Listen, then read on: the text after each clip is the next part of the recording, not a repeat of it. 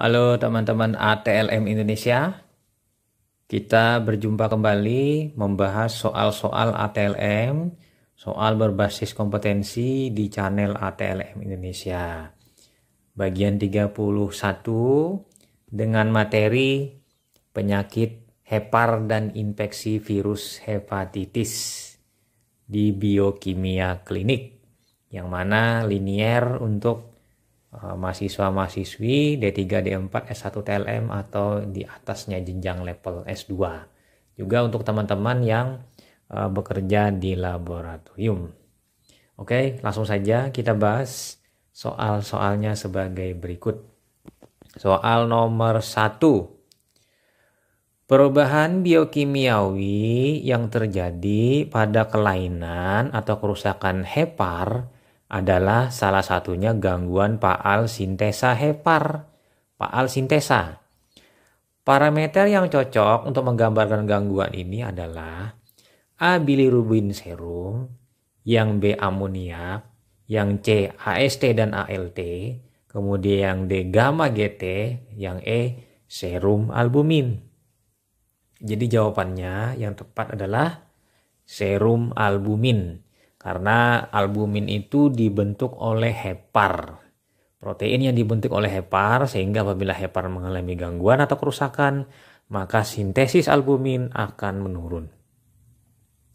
Kita pindah lanjut ke nomor 2. Kerusakan hepar akut atau akut hepatic injury, maka parameter terbaik adalah AST dan ALT dengan sensitivitas dan spesifisitas yang tinggi, di atas 91%. Bila kadar keduanya titik-titik. Yang A, AST 40 U/L dan ALT 50 U/L. Yang B, AST 70 U/L, ALT 100 U/L. Kemudian yang C, AST 200 U/L, ALT 300 U/L. Kemudian yang D, AST 300 U/L dan ALT 200 U/L. Atau yang E, AST 100 U/L dan ALT 70 U/L. Jadi jawabannya yang tepat adalah teman-teman di sini AST 200 U/L dan ALT 300 U/L. Ini adalah menyatakan bila tinggi keduanya itu adalah kerusakan hati akut. Karena akut ini ditandai dengan lebih tingginya ALT ketimbang AST. Nanti kalau pada kasus yang kronis, ALT lebih tinggi daripada AST lebih tinggi daripada ALT. Kita pindah lanjut ke soal nomor 3. Tujuan pemeriksaan bilirubin direct yang meningkat pada kerusakan hepar akut hepatic injury adalah yang A, untuk diferensiasi hepatic injury dan obstructive jaundice. Kemudian yang B, menyingkirkan peningkatan bilirubin total akibat anemia hemolitik. Kemudian yang C, mengukur beratnya kerusakan hemolisis pada darah. Kemudian yang D, memperkirakan penyebab obstruksi pada empedu.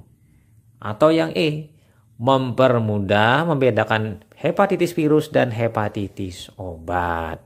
Jadi jawabannya yang benar adalah yang B. Menyingkirkan peningkatan bilirubin total akibat anemia hemolitik. Jadi kalau pada anemia hemolitik nanti bilirubin direct itu normal atau sedikit meningkat. Sementara yang tinggi adalah bilirubin indirect. Nah, bilirubin total terdiri dari bilirubin direct dan bilirubin indirect. Jadi tinggi tapi begitu diukur direct itu menyingkirkan anemia hemolitik. Apabila direknya normal berarti ini adalah kasus anemia hemolitik. Kita pindah lanjut ke soal nomor 4 teman-teman. Kondisi sirosis hepatis, maka pemeriksaan untuk melihatnya fibrosis pada hepar dengan meningkatnya kadar tersebut di atas 17,8 nanogram per mililiter. Maka pemeriksaan yang cocok adalah yang A, bilirubin, kemudian yang B, AST dan ALT, kemudian yang C, ALP, kemudian yang D, alfa fetoprotein, Atau yang E, prothrombin time. Jadi jawabannya di sini yang tepat adalah D, alfa fetoprotein. Mengapa D jawabannya? Karena sirosis hepar dengan fibrosis ini penanda sebagai hepatoma. Jadi alfa feto lah yang cocok. Dan melihat dari kadarnya 17,8 nanogram per mililiter, itu bukan bilirubin. Bilirubin miligram per dl. AST U per L. ALP juga U per L. Prothrombin time itu diukur dalam satuan APTT, yang mana pakai menggunakan detik. Jadi yang paling tepat adalah alfa fetoprotein. Kita pindah lanjut ke soal nomor 5, teman-teman. Hepatitis akibat virus dapat sembuh atau berkembang menjadi sirosis. Nah, ini berarti kita masuk ke soal virus hepatitis. Maka virus hepatitis yang dapat sembuh dengan sendiri adalah titik-titik. Yang A hepatitis A, yang kemudian hepatitis B, yang C hepatitis C, kemudian yang D hepatitis D atau hepatitis G. Jadi ini kena, bisa sembuh, bisa menjadi sirosis. Jadi jawabannya yang tepat adalah hepatitis virus B. Kalau A itu sembuh, tidak bisa menyebabkan sirosis. Kalau hepatitis B ini ada sembuh, tapi menyebabkan sirosis. Sementara kalau yang C itu tidak bisa sembuh dan tidak bergejala. Nah, seperti itu teman-teman. Untuk sementara yang D dengan G itu juga sifatnya hepatitis yang virusnya yang ringan. Kita pindah lanjut ke soal nomor 6, teman-teman. Jenis asam nukleat yang dimiliki, maka pernyataan yang benar di bawah ini tentang virus hepatitis. Yang A, HAP RNA, HBP RNA, HCP DNA. Kemudian yang B, HAP DNA, HBV DNA, ya kan? HCP RNA. C, HAP RNA, HBV DNA, HCP RNA. HAP DNA, HBV RNA, HCP RNA. Nah, bingung kan? Kemudian yang E, HAP DNA, HBP DNA, HCP DNA. Jadi jawabannya yang paling tepat adalah C, yaitu HAP RNA, HBP DNA, HCP RNA. Jadi tinggal mengingatnya, A itu RNA, B DNA, yang C RNA. Nah, jadi gampang mengingatnya.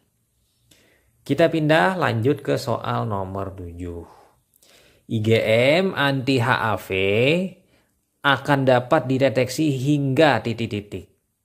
Yang A 2-3 bulan, yang B 3-4 bulan, yang C 3-5 bulan, atau 3-6 bulan, atau juga 4-7 bulan. Jadi jawabannya berdasarkan materi yaitu 3-6 bulan ini masih dapat dideteksi IgM dari infeksi virus hepatitis A.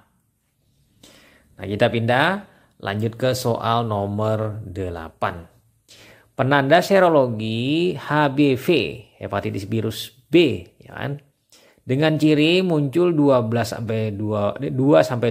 minggu, jadi 2 minggu sampai 12 setelah infeksi, dan hilang 12-24 minggu bila sembuh. Ya, tanda kuncinya bila sembuh. Dan menetap lebih dari 6 bulan bila kronis. Nah, ini berarti kan persisten. Maka titik-titik. A. HBsAg, yang B. HBcAg, kemudian yang E. C. HBeAg, kemudian yang D. Anti HBsAg, kemudian yang E. Anti HBcAg. Jadi kalau melihat di sini jawabannya yang tepat adalah HBsAg, hepatitis B surface antigen. Jadi ini antigen permukaan dari virus hepatitis B, dan ini adalah antigen yang paling banyak diproduksi oleh virus, 100 kali diproduksi sehingga berhambur atau banyak sekali ditemukan dalam darah atau dalam cairan tubuh.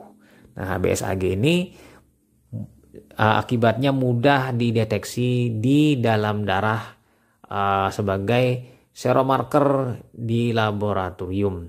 Nah, ini kalau untuk infeksi hepatitis B, ya HBsAg lah dulu yang sebagai pembukanya untuk menyingkirkan bahwa ini adalah infeksi virus hepatitis B, bukan A atau bukan C. Kita pindah lanjut ke soal nomor 9. Penanda serologi HBV yang memperlihatkan replikasi virus adalah titik-titik. Yang A HBsAg, yang B HBcAg, kemudian yang C HBeAg, kemudian yang D anti HBsAg, kemudian yang E anti HBcAg. Jadi jawabannya yang tepat adalah HBeAg. Jadi HBeAg ini adalah bentuk komponen dari virus yang berupa envelop. Jadi envelop, kalau ditemukan HBeAg berarti virusnya melakukan replikasi di sel hepar. Nah, kalau yang C itu adalah core-nya atau intinya itu berada di sel hepar. Nah itu kalau jadi ada surface, core dengan envelop. Nah, yang surface ini paling banyak diproduksi, sementara envelop ini replikasi. Kalau yang core ini yang ada di sel hepar. Nanti tinggal dari core ini nanti ada lagi yang dideteksi yaitu DNA-nya dengan cara memeriksa anti IgG, IgM-nya terhadap DNA virus hepatitis. Nah, kira-kira itu saja materi kita sebanyak 9 soal mengenai penyakit hepar, baik yang akut atau kronis, dan infeksi virus hepatitis. Semoga bermanfaat dalam hal latihan soal-soal tadi dan mendapatkan ilmunya, juga mengantarkan teman-teman untuk lebih mudah menjawab pada saat uji kompetensi atau tes-tes lain di bidang kesehatan. Saya Ahmad Le pamit, sampai jumpa di video-video selanjutnya. Bye.